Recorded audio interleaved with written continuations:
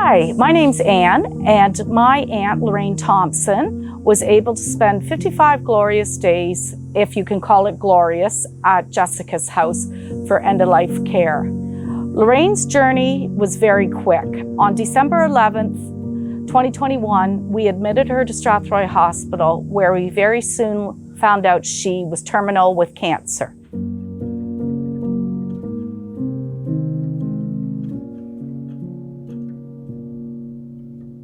We went on to London to Victoria campus to try some treatments, but unfortunately, we were unable to have them completed. It was Lorraine's request that she spend the ends of her days at a hospice. On December 24th was the first I was able to see Lorraine when she returned back to Strathroy Hospital. They had put her in the palliative room. Unfortunately, she was curled up in a little ball, unable to eat, drink, swallow, or communicate. We made the decision to get her into Jessica's house. Shortly after I left the hospital, I received word from the hospital that she was going to be moved the next day, Christmas Day, to Jessica's house. I arrived at the same time as her transfer to Jessica's house, and we were greeted Christmas morning by Tracy, the director of care, who showed us around and explained the hospice process. I spent Christmas Day with Tracy. As being Christmas, she was the only staff member on. She got us very comfortable, oriented us with the whole facility, and Tracy and I spent most of the day communicating back and forth with each other while Lorraine rested. I left her late in the afternoon, and on December 26th, her niece Diane, who had not seen her since the 24th in Strathroy Hospital, arrived at Jessica's house to find Lorraine sitting up in the lazy boy chair, showered, changed, and bright-eyed and bushy-tailed. As Diane walked into the room, Lorraine goes, "Hi, Diane, how are you?" Diane proceeded to cry and break down. She could not believe the change from the last time she had seen Lorraine. Jessica's house was a wonderful spot. We were able to bring all of our family, friends, young and old, to come and visit her. She was able to spend 55 days there. In her 55 days, Lorraine, as much as you could be, was in her glory. She was always a foodie, loved to go to restaurants, loved to eat.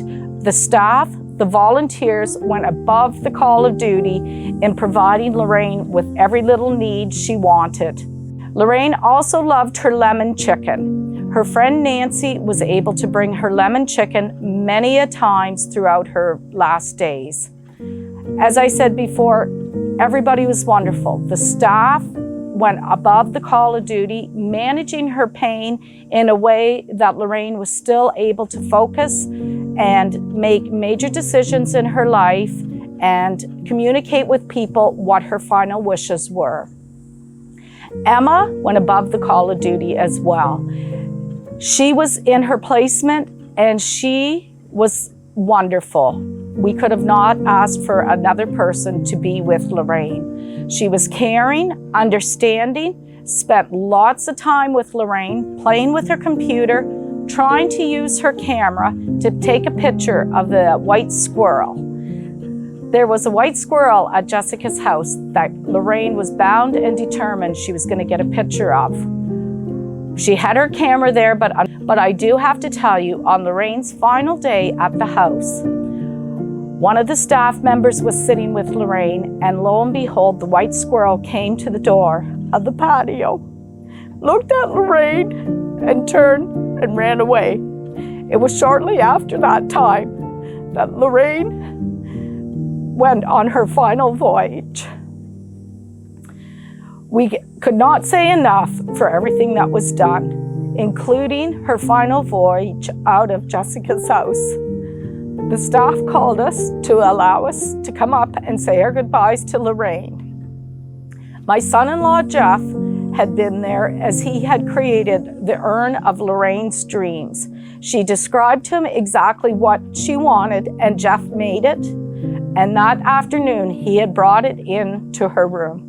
It must have been the final thing, because shortly after it was delivered and the squirrel had visited, Lorraine left us.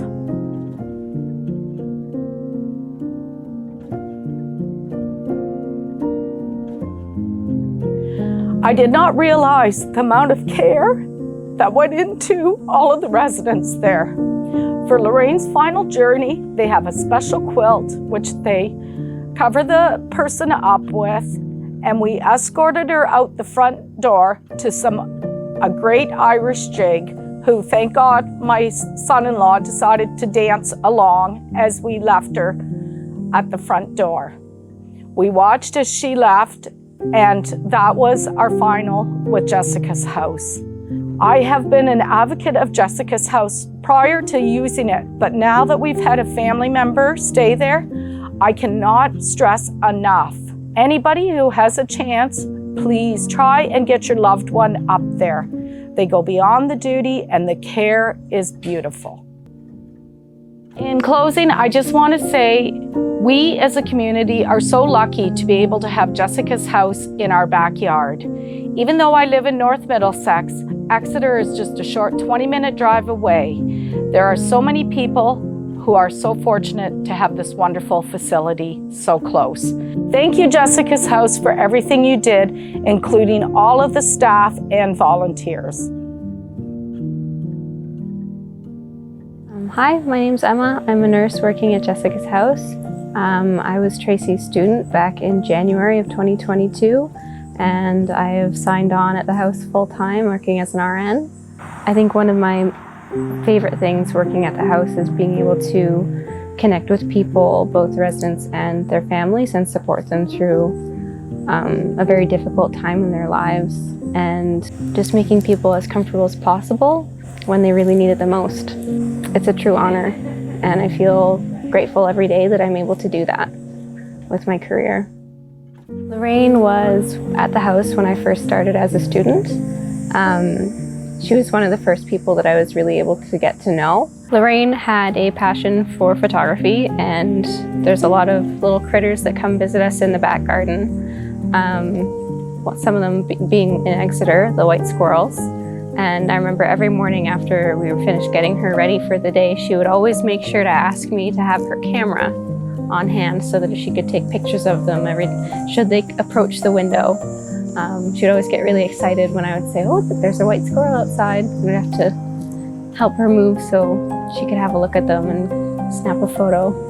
Lorraine was a traveler, and I think that was one of the things I was able to bond with her the most over, and we had a lot of really good conversations about all the things and places that she'd been and seen.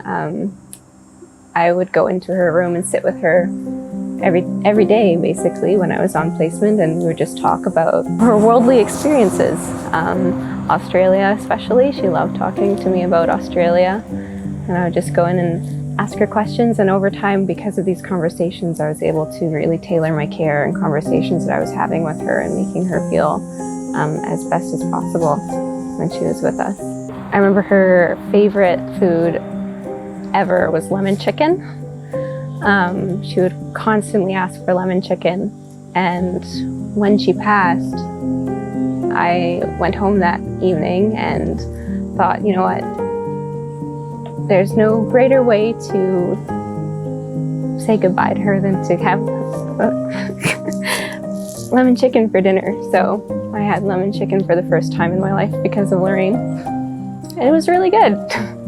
So it's just those little things that you bring forward with you from every resident that you work with. We had a difficult conversation about food, and I had asked her if she had any concerns or if she was happy with the care that she was receiving, and she just expressed how thankful she was to be at the house and to the staff and myself at the time, and it really meant a lot. It was a very special moment. It was a real honor to care for Lorraine and her family as well when they were at Jessica's house. I hope that I was able to make a difference for them and for Lorraine. even if it's in the smallest way. I knew from the moment I applied to nursing school that I wanted to work in hospice and end of life. And I actually was able to do one of my first placements at Victoria Hospital on their palliative unit. And comparing that environment, very clinical, to Jessica's house, it's night and day. The amount of care and being able to really tailor everything you do for each resident, because we only have 3 beds. And being able to provide that personalized care, I think, makes a world of difference to people and their families at end of life. Being a nurse at Jessica's house is a true honor, and we're always so grateful to all of our donors and the people in the community that support us and allow us to do what we do every day. Thank you so much.